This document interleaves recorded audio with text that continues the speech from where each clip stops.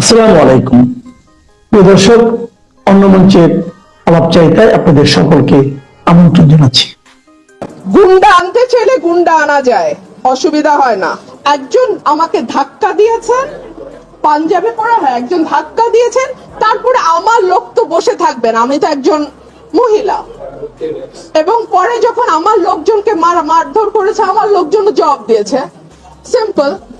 যেটা 15 বছরে হয় নাই, যেটা 15 বছরে হয় নাই সেটা আজকে হয়েছে। অলমোস্ট আমার গায়ে ধাক্কা দিয়ে আমাকে ফেলে দেওয়ার চেষ্টা হয়েছে। যেই বিএনপির নেতা কর্মীদের জন্য গত 15 বছর লড়াই করলাম, তারা আমাকে এখন ধাক্কা দেয়।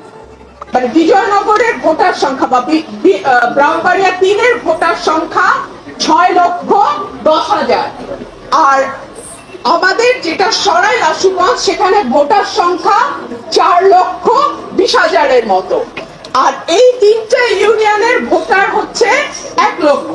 এই 1 লক্ষ যদি সরাইলের সঙ্গে যুক্ত হয়, তারপরেও দেখা যাবে যে সদরের সঙ্গে বা বিজয়নগরের সঙ্গে সরাইলের ভোটার পার্থক্য অলমোস্ট 2 লাখ থেকে যায়।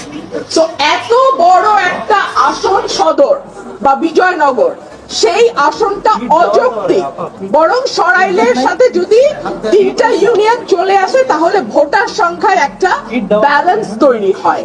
3 হচ্ছে এই 3টা ইউনিয়নে যারা বাস করে, ভুদন্তি, চান্দুরা এবং হরসপুরে, তাদের জমি জমার বেশিরভাগ কাজ সরাইলের সঙ্গে থাকে।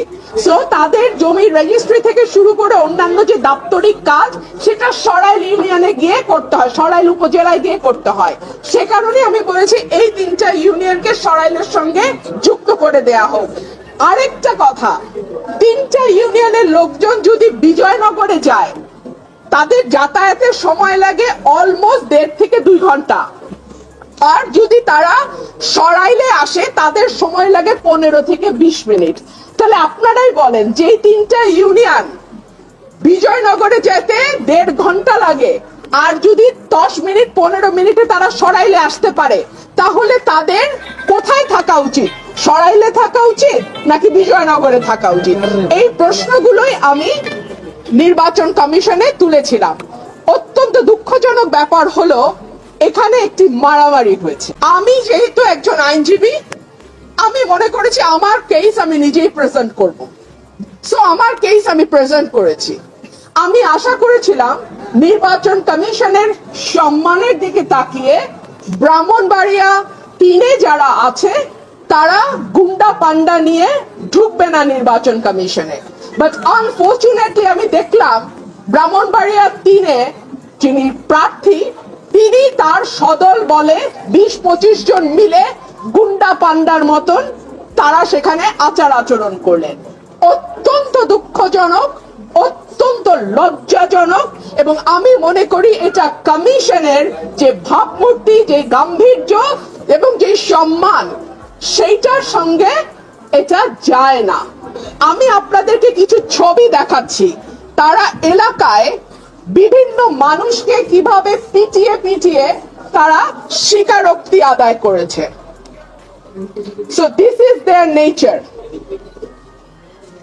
হ্যাঁ, এখনো ইলেকশন আসে নাই, একটা সীমানা নির্ধারণ নিয়ে এলাকায় এইভাবে তারা পিটিয়ে, ব্রাহ্মণবাড়িয়া 3-এর যিনি আছেন তিনি এইভাবে পিটিয়ে পিটিয়ে মানুষকে স্বীকারোক্তি নিয়েছেন।